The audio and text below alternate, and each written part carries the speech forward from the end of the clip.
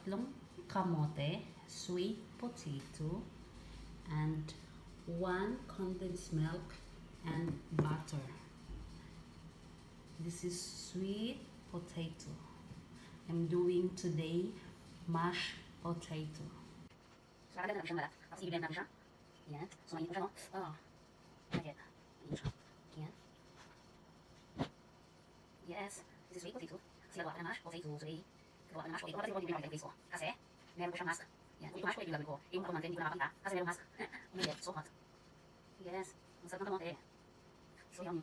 Yummy siya. Gagawin ko. Tatapos ko siyang baran at gagawin na siyang mask. Okay. Oo.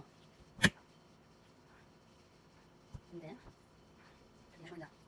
Masarap ng gulay. Tignan na. Malinis.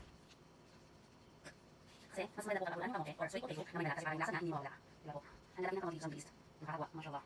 Okay. Tapos yung balatan. Pagkatapos pong balatan, so, gagawin natin to, no? Para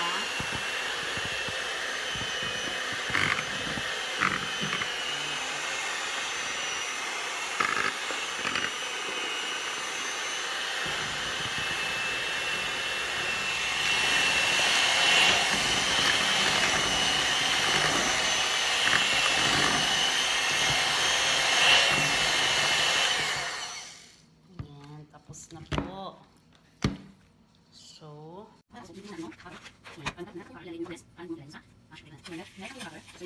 ilalagay na po natin yung butter na na-melt na ininit natin. Ayan. And this 1 condensed milk. Okay. Pagkatapos po, ayan.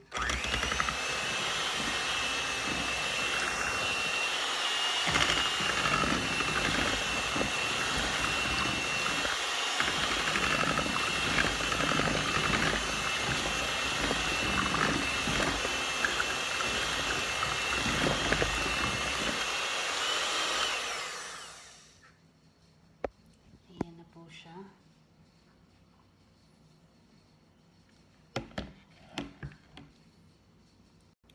And then, ilalagay na natin siya dito para ilagay natin sa freezer na lalamig siya. Para lalamig siya ng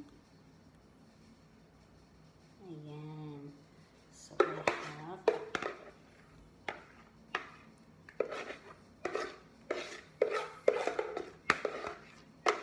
masarap.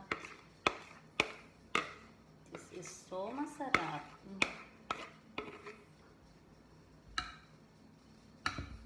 So, ayan na po siya. Pwede rin po itong lagyan kung meron kayong peanut or kernel corn. Pwede rin po. Ayan, ito na siya. Ready na po siya. Ayan. Okay, thanks for watching. See you on my next video. This is Mariby Feda.